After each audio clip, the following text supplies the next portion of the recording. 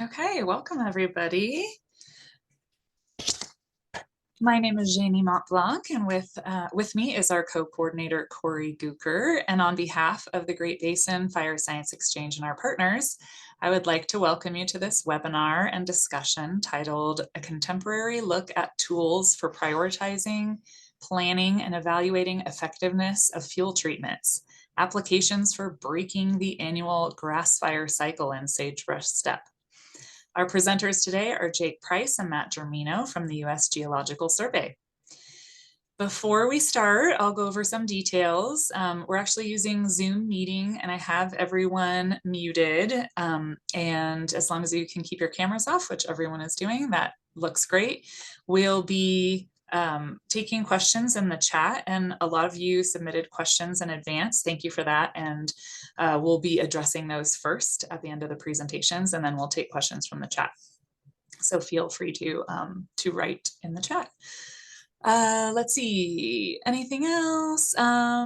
No, I think that's it. All right, I'd like to welcome our presenters from the USGS Forest and Rangeland Ecosystem Science Center in Boise, Idaho.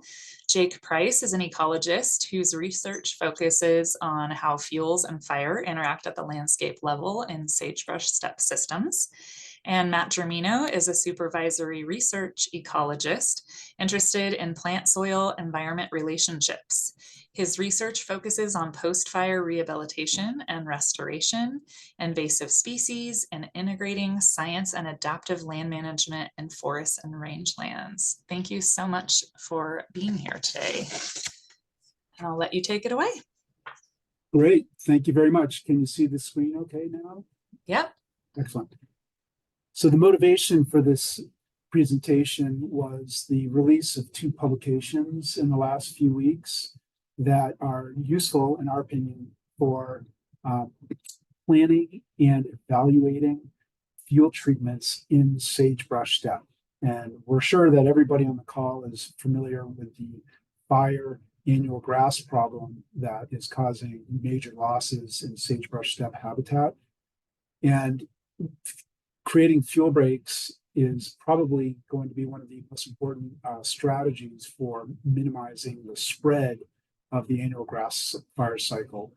The main objective of these treatments is to enable safer wildland firefighter access to areas that are often remote, where they can more readily suppress fires and prevent them from becoming larger. And this is important because most of the burned area is occurring in very large patches. So fire containment is a really critical part of the strategy. There's been many concerns about collateral impacts of the types of vegetation treatments that are necessary to create fuel breaks. And so our research is evaluating both the target and the non-target impacts of these treatments. And this is occurring mostly in southern Idaho, and specifically on the 2015 Soda wildfire scar, which is on the Idaho-Oregon border. Let's see if I can get this to advance. Click in here. Okay, there we go. So our talk today is going to focus on what tools are available for planning treatments. These relate to a previous publication that came out in 2022 and another publication that's in press. So we'll touch very briefly on those to begin our talk. But once you know where you want to put your treatments, what type of treatments will you use, and most importantly for our presentation, what can you expect from them? So these are pretty severe manipulations of vegetation. And if you have a green thumb, then vegetation responds just the way you want it to. But these are brown landscapes, and it's very difficult to have a green thumb in a brown landscape. And the vegetation doesn't always respond in the most predicted ways. So let's think about what are the outcomes and what do the outcomes mean for management objectives. And a key theme today is going to be variability. We think of these landscapes as being a sea of sagebrush, but when you either study or manage them, you begin to realize what a misnomer that term is. They're anything but homogeneous landscapes. And this really matters when you're trying to create effective fuel breaks and fuel treatments. So what are those management objectives? So let's get a couple of definitions dealt with here. So first of all, there's going to be some acronyms used in our talk. And before I forget, I want to address those. We're going to talk a lot about cheatgrass and other exotic annual grasses. So sometimes we'll use EAGs in some of the figures that are these exotic annual grasses. And sometimes you'll see BRTE, Bromus tectorum. That's the scientific name for cheatgrass. The other things you'll hear us talk about are flame lengths and sometimes rate of spread. So flame length is actually a surprisingly difficult thing to define very well. There's some problems with using this as our modeling and management target, but it's all we got right now. It's all we have to use, right? So here's the definition of it: the distance from the middle of the flaming zone to the tip of the flame. And there's such a thing as a Hauling chart, which relates different flame lengths to different fire suppression opportunities or capacities. And one of the most important thresholds in this chart is flame lengths that are greater than 4 feet, which is about 1.2 meters, are considered to represent conditions where you really don't want to have boots on the ground, like people directly fighting a head fire, for example. You really don't want to have vehicles too close to that flaming front. Instead, here's a condition where you're going to start to need dozers or heavy equipment to try to suppress the movement of the fire. And when flame lengths get approximately double this, then not only do you need aircraft to drop in flame retardant, but your likelihood of even containing a fire really decreases pretty quickly. Another set of thresholds come from fire behavior fuel models that are used to parameterize fire spread or fire behavior models. Okay, and GR1 stands for the low load dry grass fields. So grasslands that you see in arid or semi-arid areas. And oftentimes, either implied or explicitly, management objectives would like to have fuel conditions which are reflective of the GR1 model. And that GR1 model has a specific flame height, flame length, and rate of spread. So now let's ask, Jay, can you tell us a little bit about the types of digital resources that are available for planning? Where can we put our treatments? Yeah. Okay, folks. So these digital spatial products, which are often used for treatment planning and implementation in sagebrush steppe, and so many of these, whether they be maps of vegetation abundances, such as from resources such as the Rangeland analysis platform shown here, or these could be maps of fuel types from land fire. These could also be analyses which use these products to inform wildfire risk or exotic annual grass invasions. And so many of these products are produced at scales which are much larger than the scales at which treatments are being implemented. So we ask ourselves, how well do these products actually inform management then at these local scales where these treatments are being implemented? And so Landfire is one such product, as I mentioned before, which is produced at the national scale, but is often used to inform treatment implementation. And so here in this publication that I'm going to reference, this modeling of fire spread in sagebrush steppe using Farsight, we use Landfire's Anderson 13 and Scottenberg and 40 fuels data sets in an attempt to recreate a historic fire boundary, the 2015 Soda wildfire, using the fire spread model Farsight. And so here you see the Anderson 13, which is reflected by panel A, and the Scottenberg and 40, which is reflected by panel B.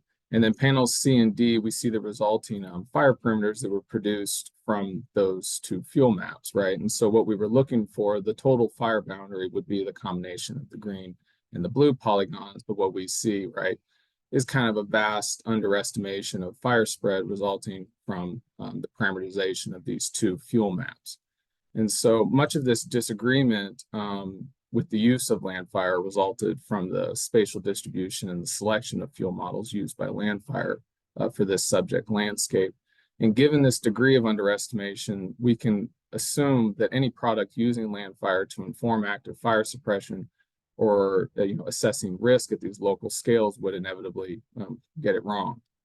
And so in an attempt to quantify those inaccuracies in Landfire's mapping of fuels at these local scales, our group's been working to produce these field-informed maps of fuels, specifically at these 2 National Park Service installations in southern Idaho. And so we have City of Rocks here on the left and Craters of the Moon here on the right. And then what you're seeing, these colored dots, are the distribution of these field monitoring locations.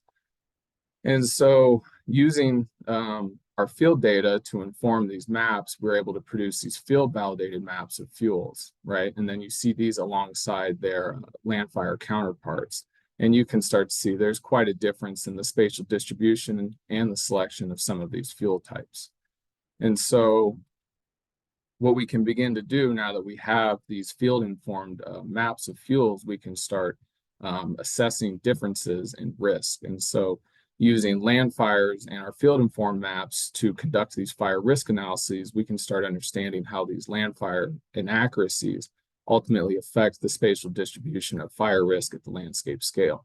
And so in these 2 maps, City of Rocks on the left and Craters of the Moon on the right, blue is where land fire is underestimating risk, and red is where land fire is overestimating risk. And so this is kind of like a spatial disagreement in risk. And so let's focus in specifically, though, on an area of concern at Craters of the Moon. And so this area highlighted by this red polygon is an area of high value to the park.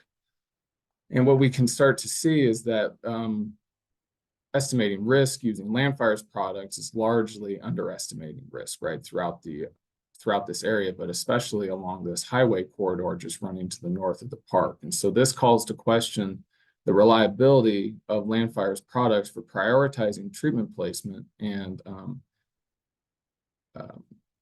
field efforts such as ours become more necessary than for these accurate representations of risk, especially at these landscape scales and especially for informing treatment prioritization.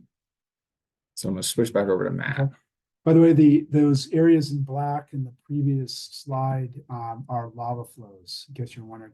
And historically, these were considered to be areas where fire could not pass through. They're natural fire breaks. But increasingly over the last decade or so, there's lots of cases where fire has actually moved through these.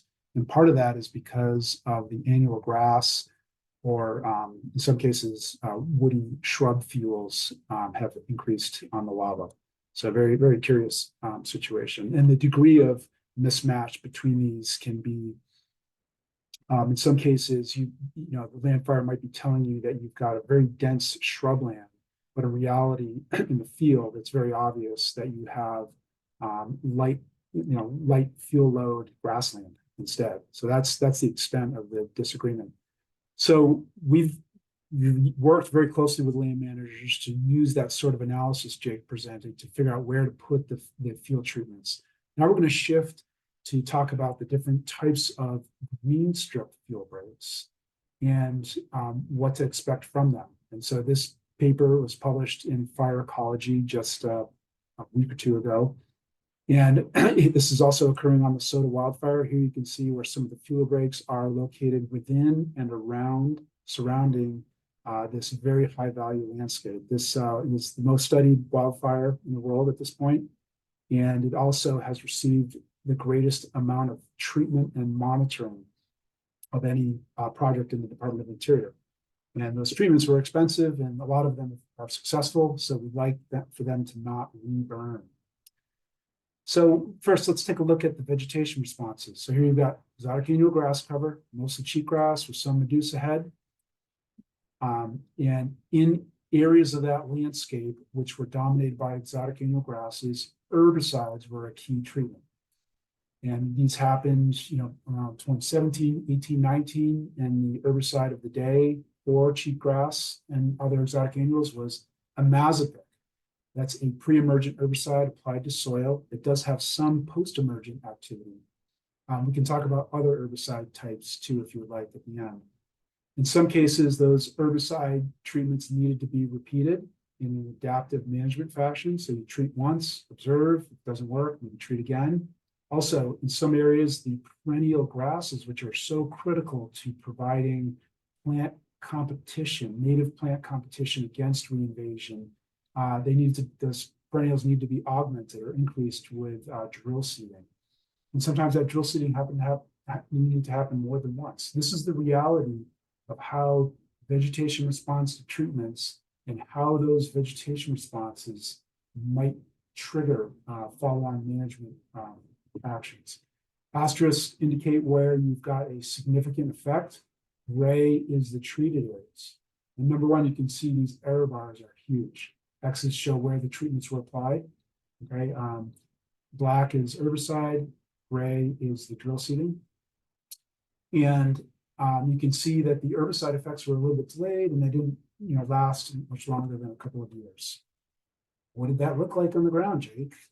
Yeah, so I'm going to kind of walk you all through a little bit of a photo time series, for a few specific sites. And so here, the site that we're looking at, Imazepec was applied in 2017.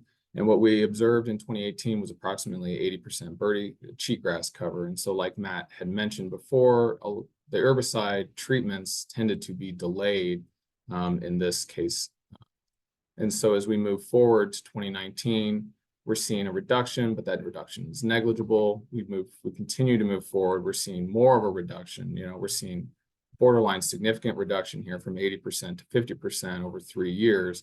But by 2021, right, that reduction is pretty significant, 80 to 30%. However, what you can see is that a lot of these brown skeletons here, this is Russian thistle. And so Russian thistle has begun to invade this area. So we've seen significant reduction in the target fuel that we wanted to reduce, but we've seen kind of a non-target increase in this exotic 4 Russian thistle. And so this effect is not entirely uncommon. This effect's been observed following Imazepec applications and noted in other literature, such as Bryn Lazarus's publication here, Post-Fire Management Targeting Invasives. They were assessing rush skeleton weed in their situation, but in our situation, right, we're looking at rush skeleton or Russian thistle. And now I think it should be noted, though Russian thistle poses an ecological issue here at this site, from a fuels management perspective, right, Russian thistle isn't necessarily a primary contributor to fire behavior here on this site. So we expect most of this Russian thistle to blow away at the end of the season. And then the following year, throughout the fire season, we expect most of this biomass to be green and robust, right? And so more of a heat sink than a heat source if a fire were to pass through this area. So something just to keep in mind that there are 2 sides to this coin. One's an ecological risk, the other is the intended effect. And so here's another site, right? And so the difference between this site and the last site was we had an additional drill seeding. So Imazepec applied in 2017. We begin to see these reductions right away. The BLM comes in, they implement a drill seeding in 2020.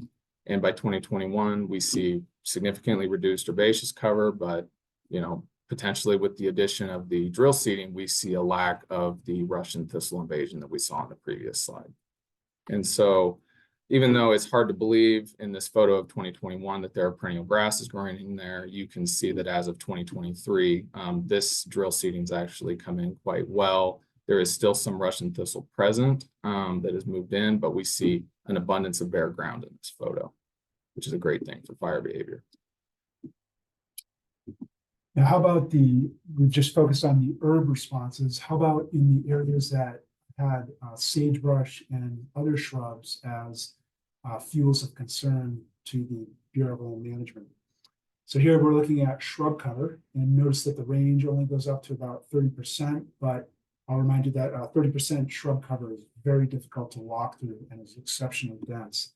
And what you can notice in general is that these treatments, again, using the same symbology that we talked about before, gray is treated. You can see very large reductions in these treatments.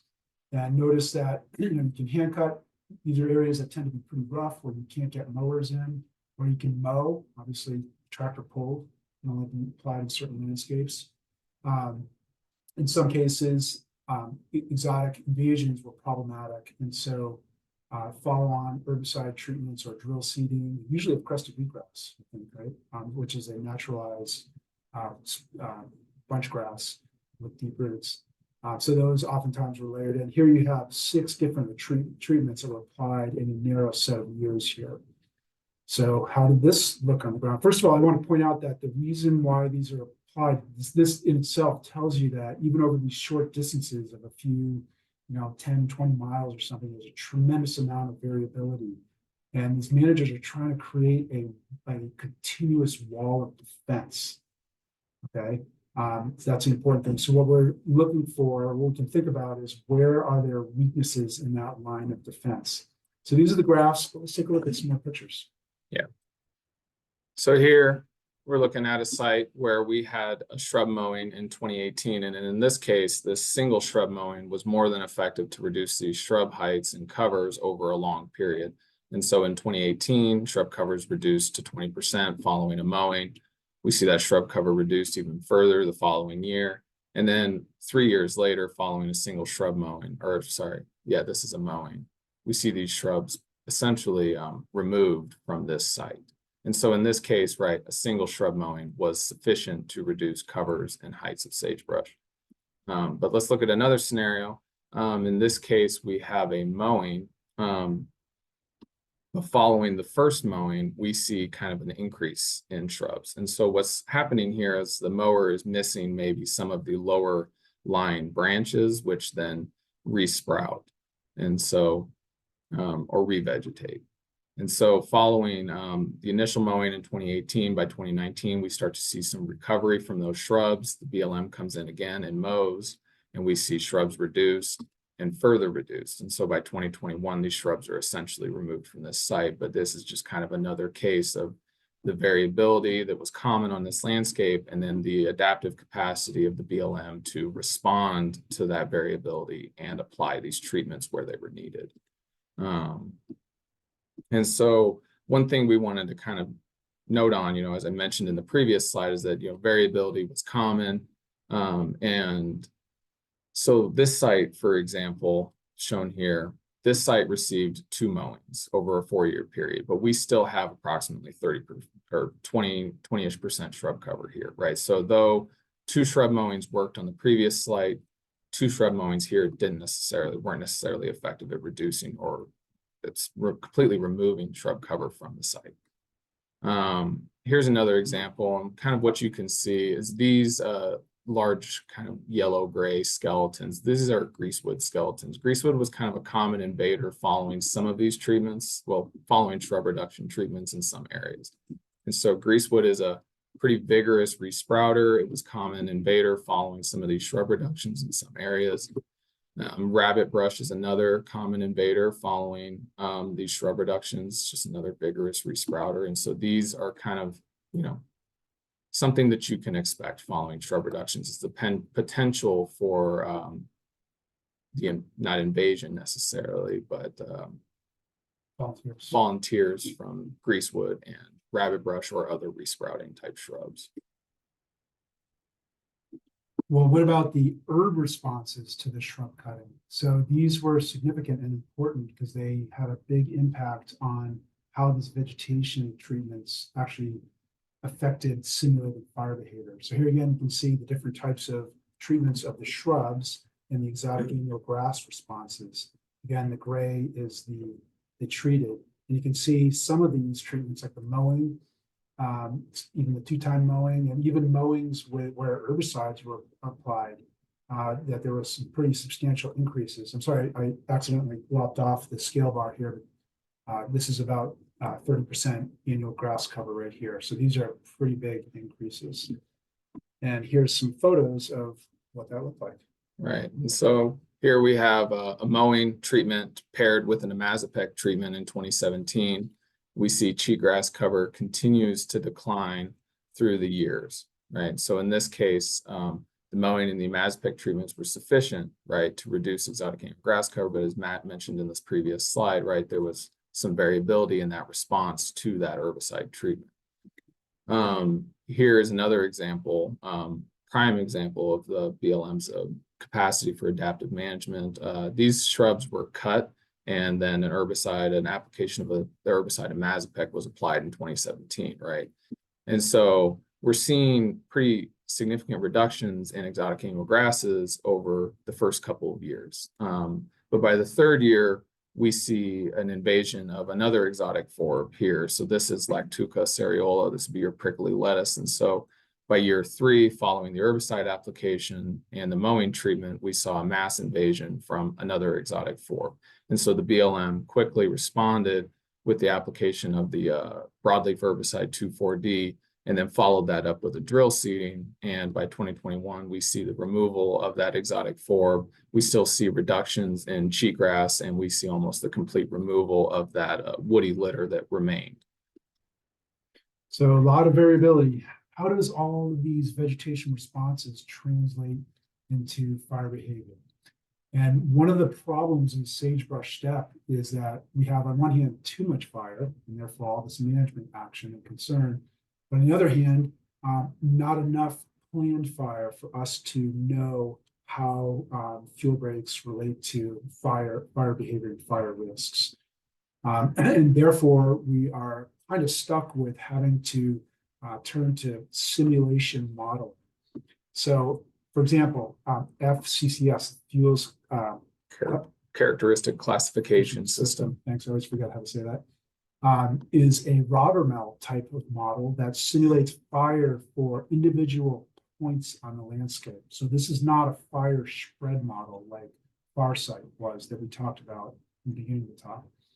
And the value of this model is, this particular Rothermel model, is that it allows us to parameterize the vertical layering, the vertical heterogeneity of fuel. So you can have a duff layer, with some sagebrush, some down wood.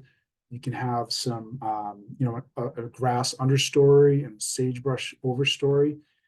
And so this allows some customization of fuel inputs that we think were really valuable. Now, our approach to using this model is to nearly fully parameterize it with field data. So we feel like rather than using a stylized approach of like nominal fuel inputs, we're actually using real inputs. So we feel good about these simulations, but we want to note that what comes of this is valuable primarily in a heuristic sense. Okay, so no models are real, produce real outputs, but some are valuable. I think this is valuable. Here we're running simulations for only high wind speed conditions, just for simplicity. This is when most of the fire burned area occurs. Again, exotic annual grasslands, invaded shrublands, they have slightly different treatments. Gray is treated.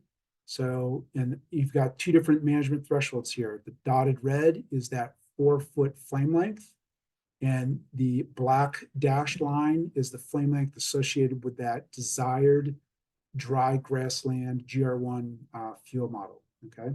And if you notice over here, in those exotic annual grasses, both the untreated and treated conditions alike tended to have flame lengths. Usually we're worried about rate of spread with cheatgrass. Well, it can produce, the model says it can produce very large flame lengths in both treated and untreated conditions that exceed the management thresholds. So in these cases, the treatments are not, according to the model, reducing fire behavior to desired levels. In contrary, in the shrublands where we still had shrubs and where they were treated, oftentimes the fuels were already below one of the thresholds, below that 4-foot, although maybe a little bit higher than this 0.9 meter dry grassland fuel model. And you can see in cases where the treatments were really effective in reducing shrubs, we also saw a marked reduction in flame lengths. Again, notice all the variability here. Large error bars in spite of very high replication. These are 40 plots, paired plots, that we're looking at data from, and good replicates too, with a lot of sampling within them. So I think we need to take another look at the variability. Punchline here, FCCS suggests that the fire risks are high in these exotic grasslands and difficult to moderate with the Mazapic, even with drill seeding. But nonetheless, we want to come around at the end of this talk and point out that the model, like things like flame length, it's not everything to the firefighters. There's these conditions here still present situations that are desirable to firefighters. So we'll come to that at the end. And the fire risks of the shrubs, again, were lower, but they were still readily reduced by the cutting. So far, we've talked about the conditions prevailing across the full width of these 60 meters in which the linear fuel breaks are applied. I forgot to mention the dimensions here. But keep in mind, these are long rectangular features with a lot of edge to them, and edge effects can always be a concern. So we did recently, we've done an analysis on just the 10 meters that are up against the treated compared to untreated boundaries. And in some, but not all treatments, you can see that we were actually able to detect increases in this case, exotic annual grasses. In other graphs, which we're not showing, we saw increases in Russian thistle. Fortunately, these isolated cases of increased levels of invasion were neither increases that should be of ecological concern, nor were they increases that would trigger a different kind of fire behavior. And most importantly, surprisingly, none of these increases appear to transgress the boundaries and cause undesired invasion of adjacent untreated areas. So that's a benefit. So, somewhat less treatment effects than than I think managers might have hoped for, but fortunately, fewer collateral impacts. Jay, can you tell us a little bit more about the variability factor here? So first we're going to talk about just the fuels treatment effects overall. We're going to kind of roll things up a little bit. Then we're going to talk about how fire behavior relates to cheatgrass and sagebrush cover abundances. So talking about modeled effects rather than direct treatment effects. And then finally, we're going to relate these results to helping identify a nice tool that we think can help managers identify where within a project area, be it 1,000 acres or 1,000,000 acres, might they get the most bang for their buck for applying these treatments. And this is all in a second publication that just came out in Journal of Applied Management. So what are we looking at here, Jake? Yeah, so we're looking at the overall effect of these herbicide applications on reducing exotic annual grass cover, and what we saw was approximately a 30% reduction, right, in that cover. Then what we can do, right, because we're looking to assess these additional sources of variability affecting the cover of cheatgrass across these long linear fuel break features. And so one of the additional sources of variability, or a few of the other additional sources of variability that were identified here. And so these figures you're looking at, we have exotic annual grass cover on the Y, and then we have these different sources of variability on the X-axis. And then we've got these herbicide, yes, or herbicide not applied in the red, and then an herbicide applied in the black. And so what we're seeing is that for some of these additional sources of variation, specifically spring temperature and surface soil clay content, these are pretty massive changes. I mean, this is an extreme amount of variability in cheatgrass cover. Here comparing to the herbicide panel, right, we're looking at, a 5% percentage point difference between treated and untreated, whereas here, looking at the full range of average spring temperatures or surface soil clay contents available across our sites, right, we're seeing 75 percentage point changes in vegetation cover, specifically cheatgrass. And so we can look at sagebrush cover the same way, and surprise, there were fewer sources of variability when it came to sagebrush cover. Specifically, sagebrush cover seemed largely unaffected by climate and local weather, and much of this is probably due to sagebrush's long-lived nature compared to exotic annual grasses such as cheatgrass, which are annual and much more ephemeral. And so surface soil clay content was a much stronger predictor of shrub cover here across our sites. And as Matt had mentioned earlier, right, where we had coarser soils, hand cuttings tended to be applied. Those hand cuttings appeared to be more variable. And so what we're seeing is that those soils being much coarser, having a lower clay content, right, we saw much more variability in the response of the shrubs across those treatments, whereas as those soils became finer or had a higher clay content, those shrub abundances were a little bit less variable. And so here with these shrub reductions, again, we're kind of seeing a small percentage point decrease, but this overall is about a 50% decrease in shrub covers following shrub reduction treatments. And so now what we're going to try to do is we're trying to link these, or what we're doing here is we're linking these fuel abundances to this predicted fire behavior using the fuel model, the fuel characteristic classification system that Matt talked about earlier. And so using our field data to produce these estimates of fire behavior across these different fuel compositions, and then modeling those responses of fire behavior as a response of, or modeling those fire behavior responses as a function of our two primary fuel components. So exotic annual grass cover on the left and sagebrush cover on the Y. And what we can see is that rate of spread and flame length, both of these responses are very nonlinear, especially as these abundances increase. And so for rate of spread, this scale is on a log scale. We see that these rates of spread become very extreme, very fast, very uncontrollable, and then with flame lengths again, right, we're still seeing these exotic annual grasses being a primary or main contributor to these increased flame lengths at both average and high wind speeds. So the nice thing we can do now is, or the useful thing is to relate those science outcomes to a diagram that we think might be valuable to managers. So this is a simulation. These are for simulations run again at very high wind speeds, so 27 miles per hour. And the acronyms here: rate of spread, annual grasses, FL is flame length. Okay, and so there's some things that can be looked back on in this presentation. But if you look at the graph over here on the right, let's explain this to you. So what we're showing here is that the full range of exotic annual grasses that are observed. We have areas that are 80% or sometimes more covered with annual grasses, and we have areas that are up to about 35, 36% sagebrush. Again, this is really hard to walk through. And as Jake just showed, a treatment could potentially reduce sagebrush cover by half. So in this case, if you mowed your sagebrush down, you might go from 36 down to somewhere in here. And the height of the sagebrush certainly will be lost, and that's a value.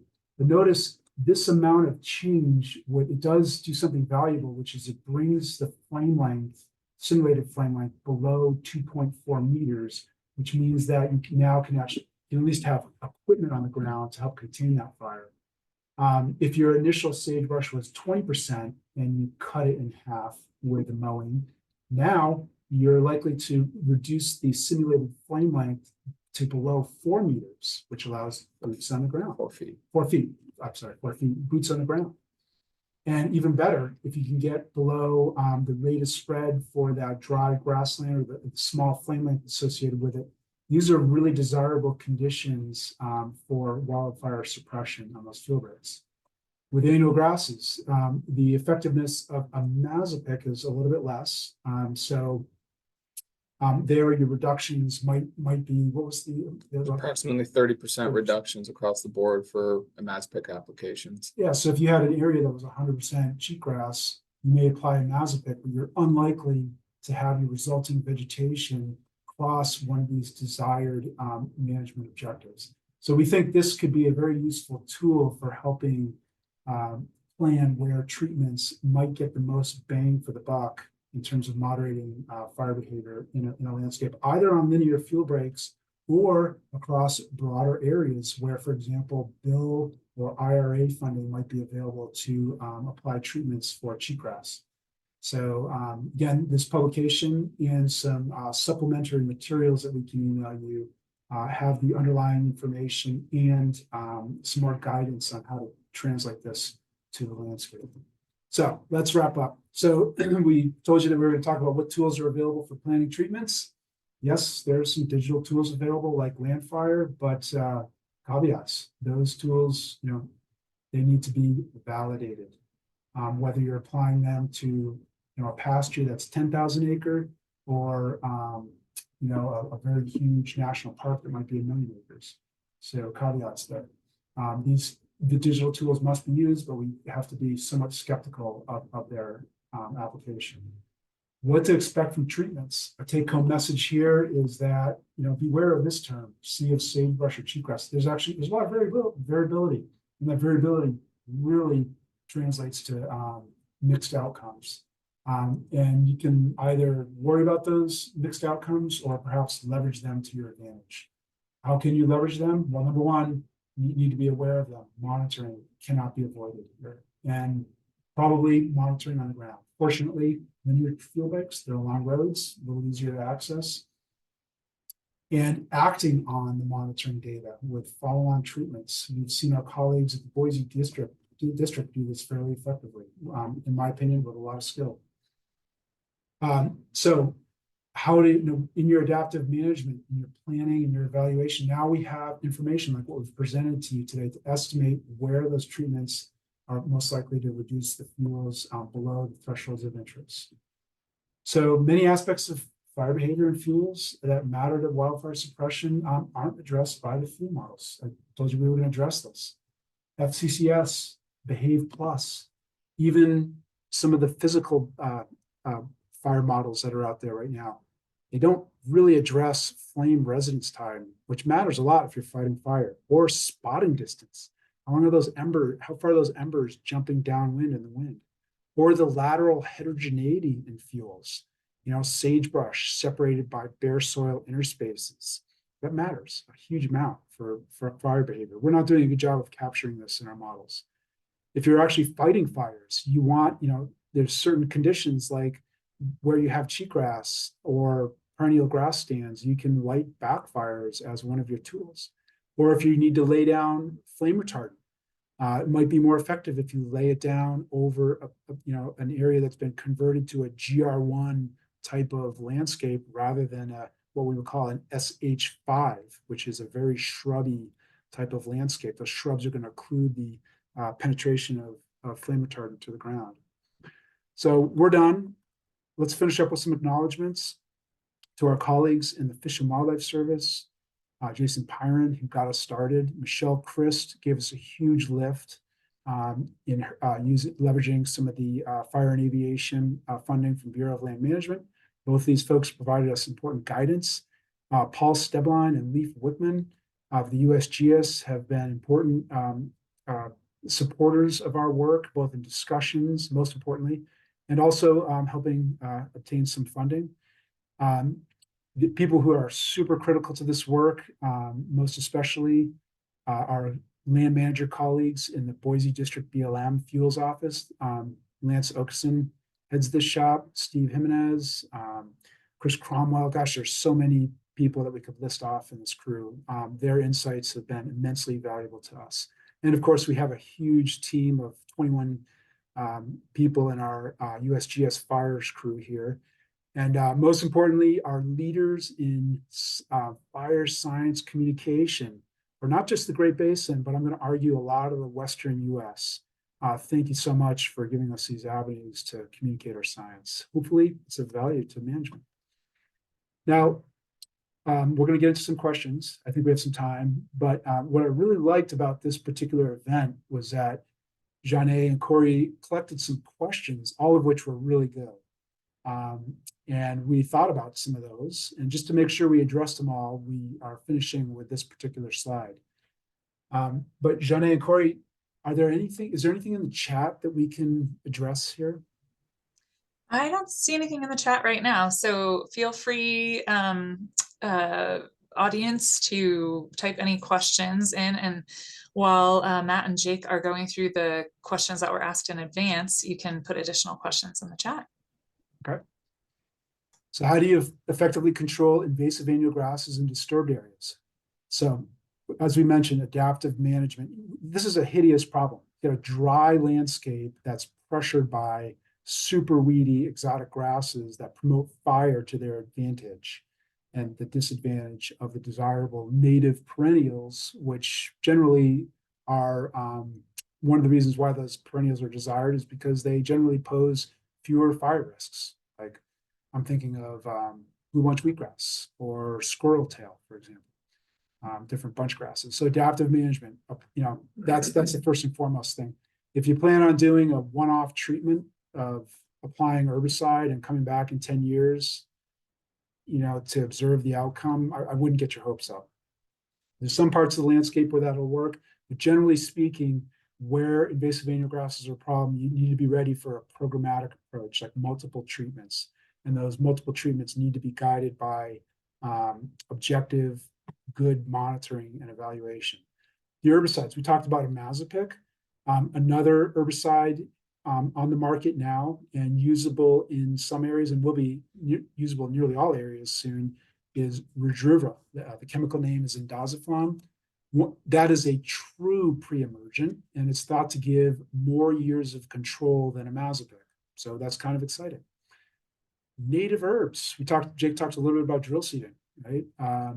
After those herbicides begin to wear off, you hope that either the residual bunch grasses have increased and can defend the site against reinvasion, or drill seeding. We've seen a lot of successful drill seeding on field breaks. The drill seeding can increase new establishments. Good. Yeah, I'll take this next question. So what happens in the future when agencies stop doing maintenance on these brown field breaks? And so as Matt had mentioned previously, we evaluated green field breaks. So we did not assess brown strips. But what I can offer is some advice, I guess, that we've received from our local BLM field shop, which is that, these brown strips, once you stop maintenance, those brown strips pretty much return back to their original state or a weedy state. And so, kind of like we talked a little bit about, cheatgrass is an ecological problem, but it's not necessarily a problem for fire suppression, right? Those cheatgrass invaded areas sometimes offer a little bit more opportunity than areas dominated by shrubs, especially along these access routes. But still, where these brown treatments have been implemented, the stoppage of maintenance, we can most likely expect a reversal to the original state. Interject if there's any other questions, otherwise we'll keep rolling down. This next question. I might just say that there was a question in the chat that related to the one that you just addressed, the question you just addressed about brown stripping. So it sounds like what you're saying is that brown stripping is probably, from what you hear from the BLM, the easiest situation for firefighters to deal with, but it's probably the worst ecological system. I mean, it's high maintenance. High maintenance is what it is. Expensive. Yeah. It's risky. You might also, if you lose the vegetation cover, you could run the risk of erosion, collateral impacts like that. And the other thing to consider too is, we've got a set of invaders on the ground right now and some tools to work with them. But there's always the risk that we have new invaders, and bare soil is a prime location. And those new invaders might not be responsive to the same tools that we use to create the brown strips. Bulldozing obviously is pretty effective, but we may end up with weather conditions and possibly new invaders in 10 years from now. We'll have new invaders in 10 years from now. I think that's almost a given. I would wager a bet on it.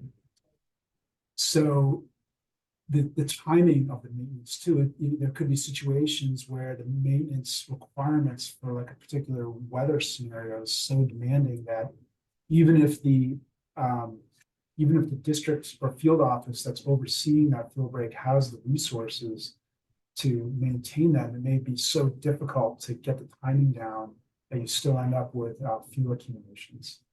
I think probably everybody on the call today has seen scenarios, like just shock and awe scenarios where, all of a sudden within a week you see a pasture just explode in tall cheatgrass or exotic forage. It can be really, these weeds can grow up really quickly given the right conditions. So I think there's probably a little bit less of a risk of that happening on green strips, especially green strips that have been diversified to some degree. And when I say diversified, I mean having some blend of native or desired natural shallow-rooted and deep-rooted species that are early season and late season, and species that can work well with the management regime there. Like, for example, if I know, we didn't talk at all about targeted grazing. I'm not very informed on it. I'm not a specialist in it, so I can't say much about it. But most of these treatments are happening in areas where there are cows, and cattle can really affect fuel loads a lot. it can reduce fuel loads considerably. Just alter the arrangement of those fuel loads, the trampoline and whatnot, right? We're reducing the vertical structure of those fuels to more of yeah.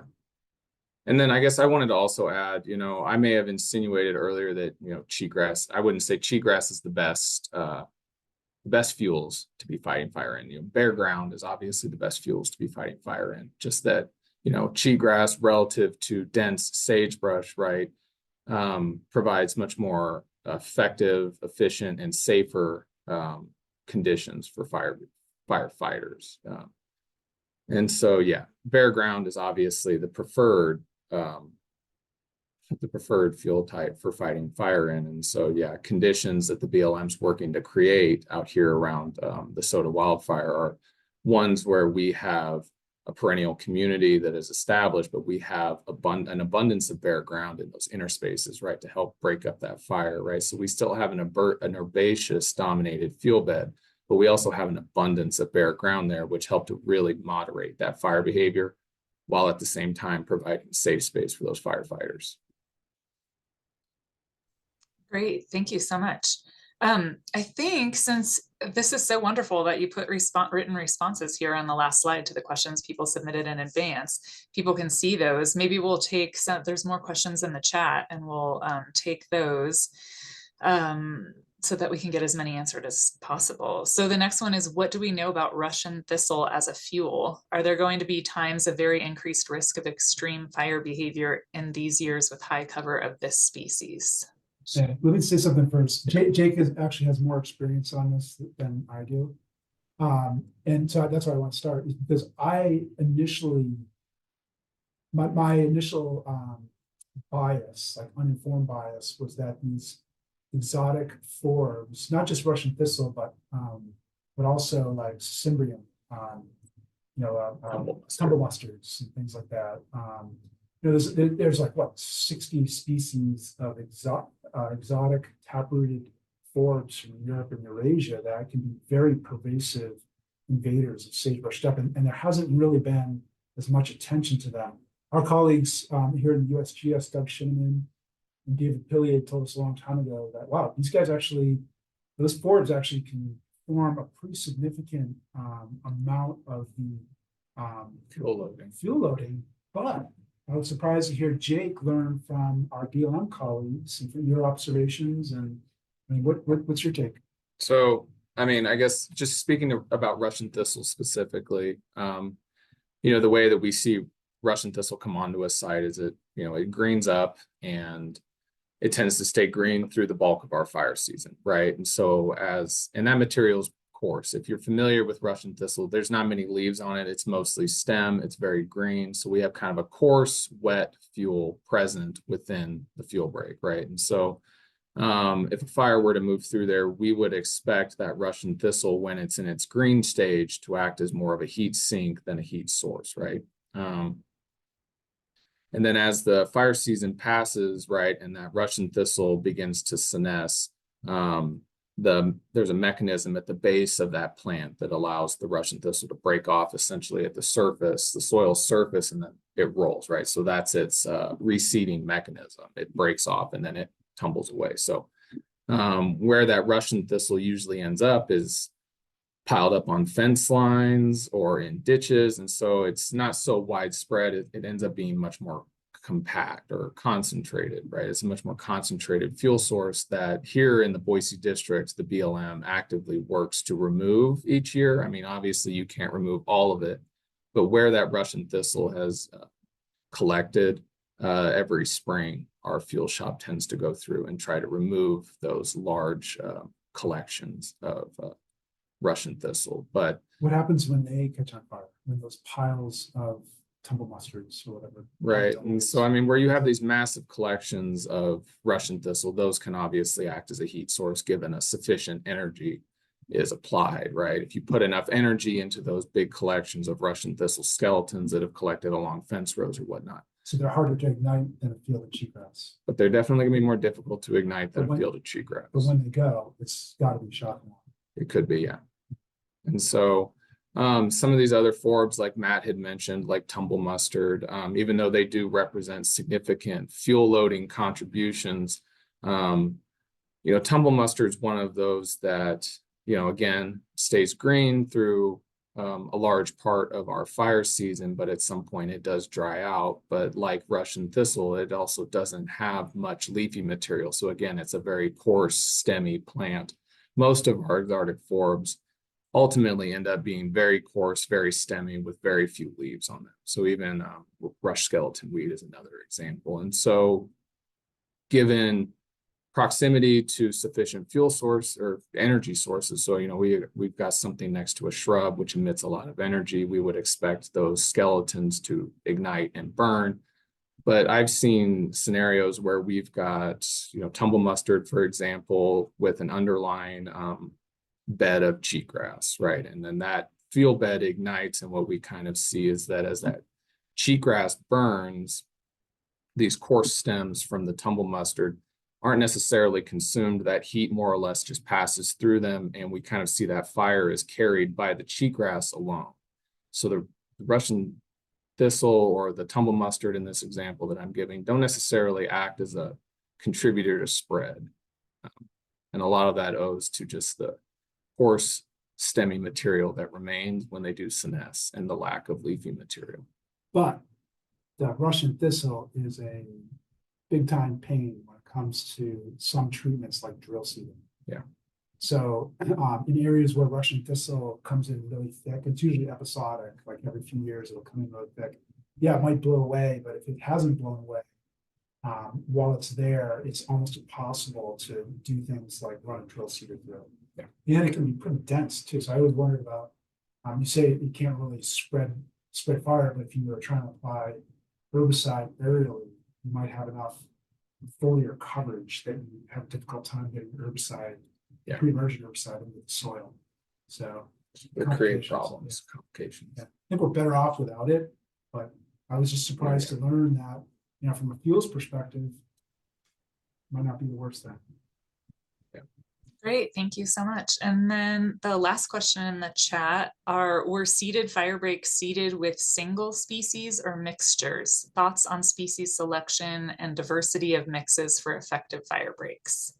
Yeah, so the fuel breaks that we observed, these ones were all seeded with a single species. This was the stabilizer cultivar. So this is an agripyron cultivar. So stabilizer is more of a low growing agripyron or crested wheatgrass variety.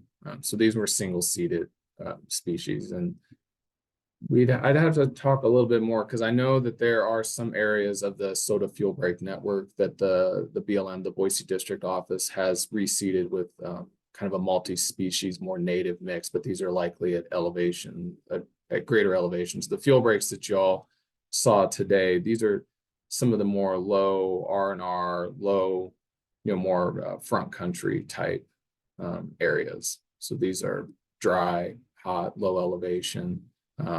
Whereas I believe in some of the higher, wetter, moisture areas, the BLM has attempted to reseed more multi-species mixes. We've been learning a lot about Sandberg bluegrass. So we have some other publications that we happy to send people about. So Sandberg bluegrass, if you don't know, is relatively small statured. There can be contrasted perspectives of its value for building resistance to invasion by cheatgrass and resilience to disturbance. And the negative views on it are that it's shallow rooted. Also, it can be an increaser species, meaning that where livestock grazing has affected the tall bunch grass stands, you may get increases in Sandberg bluegrass. Sandberg bluegrass is also adapted to disturbances. And by the way, the treatments that are, the act of applying a treatment is a disturbance. And so, anyways, we could send anybody who's interested some new publications that show that Sandberg bluegrass might actually confer a lot of advantages in terms of treatment success when it comes to herbicides and drill seeding. I was actually surprised by those results. In terms of fire risks, Sandberg bluegrasses has some element of desirability in that it really doesn't contribute much to fuel loads, provided you're using a native source of sandbird. Sandbird bluegrass is a super diverse species. There was actually a lot of different species at one point in time. The taxonomists lumped them all into one genus species name. And the seed source for sandbird bluegrass that you buy commercially is known as Sherman's Big Blue. It doesn't fall into the category I'm talking about here. But the native types, they don't carry fuel. They can defend a site against cheatgrass. The new science shows that. And they are disturbance adapted. So if you could get a blend of some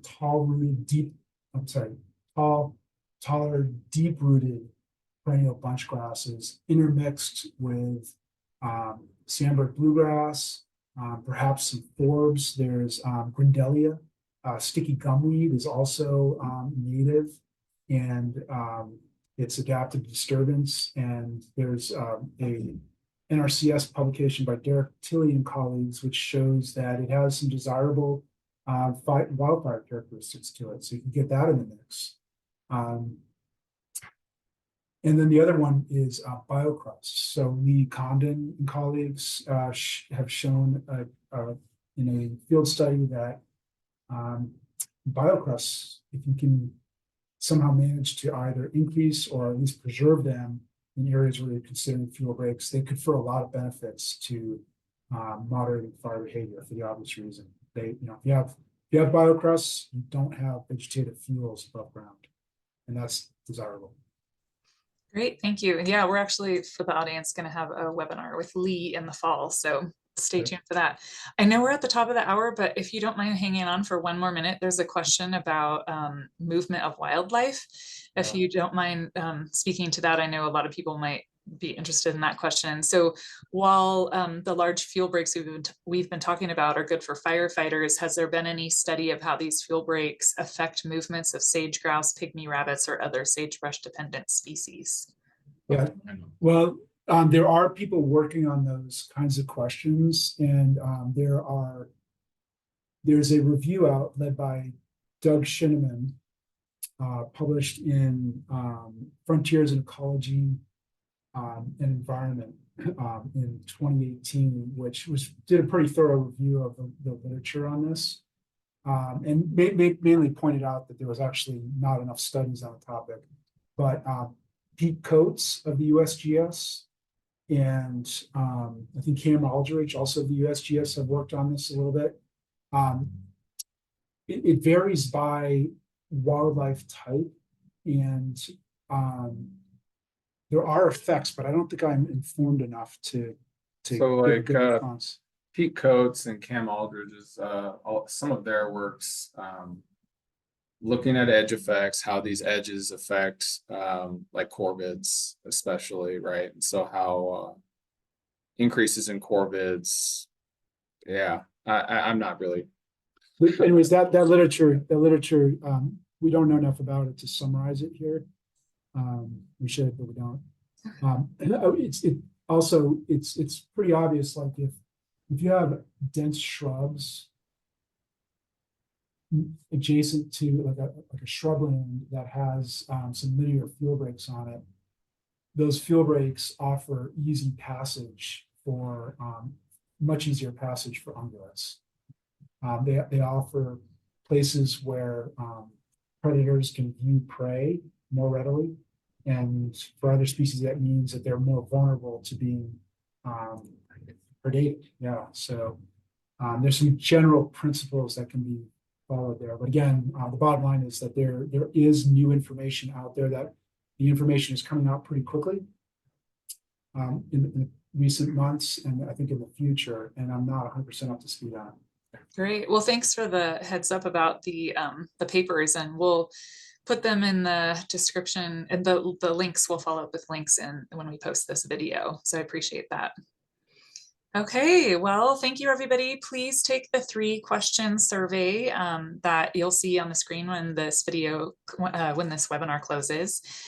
We really appreciate the discussion, and we'll post the video. You'll get a notification about it through Zoom. And thank you so much to Matt and Jake. We really appreciate your time and sharing what you've learned. Thanks, everybody. Really appreciate the opportunity, and please don't hesitate to reach out to either myself, simply mgermino@usgs.gov, or Jake, who actually his first name is actually Sam, so it's sjprice@usgs.gov. But we're always available. We love to hear from especially land managers, but other researchers as well. So thank you. Appreciate your time. Great. Thanks. Have a great day, everybody. Cheers. Bye-bye.